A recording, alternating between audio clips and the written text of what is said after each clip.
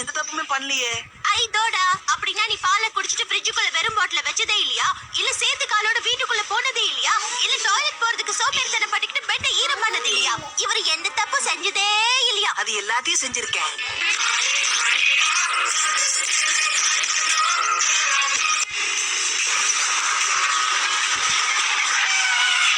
Tyre puncture ஆயிடுச்சு, எப்படி போறது? எங்களுக்கு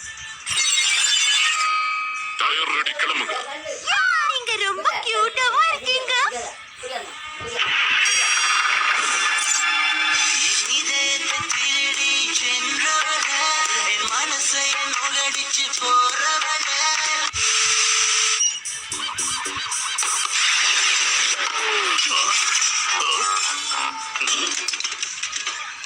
வெட்டியா உட்கார்ந்துருக்கீங்களே, அதை பிக்ஸ் பண்ணலாம்ல?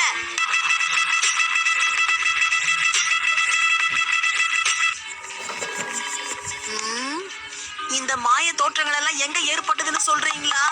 இந்த உலகத்திலேயே உருப்படாத ஒரு இடத்துல நடந்துகிட்டு இருக்கு. அதாவது உன் தலைக்குள்ள நடக்குது.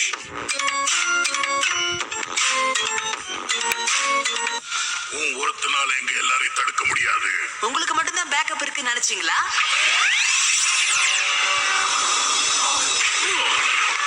அல்ட்ரா கிராண்ட் பாவா விடு, வேளாசிடலாம். வீணா என்கிட்ட பலியாடாத.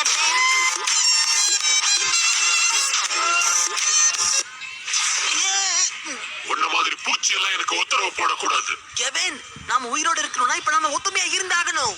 நீ ஒரு உதவாக்காரன். இவன் கதையை நானே முடிக்கிறேன். நான் உதவாக்கற, நீ இப்ப உதவாங்க போற.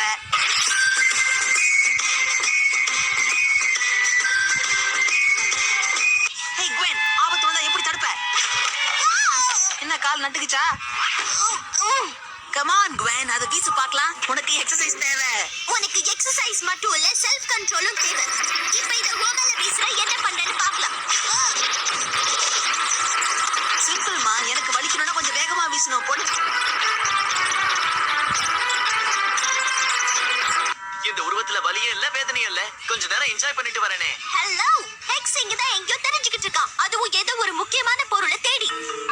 இவ ஏன் அடிக்கடி கிழவி மாதிரி பேசுறான்னு எனக்கு புரியல. இப்பதான் நம்ம வழிக்கு வந்திருக்கீங்க.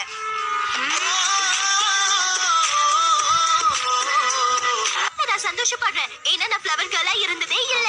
இந்த டக்ஸிடோ ஒரு குடும்ப பொக்கிஷம். நான் குழந்தையா இருந்த போது தைச்ச ட்ரெஸ். அப்புறம் உன் டாடி போட்டுக்கிட்டாரு, இப்போ உனக்கு கொடுத்துருக்கேன். ஓ, அதான் ஊசன வாசனை வருது. அந்த ட்ரெஸ்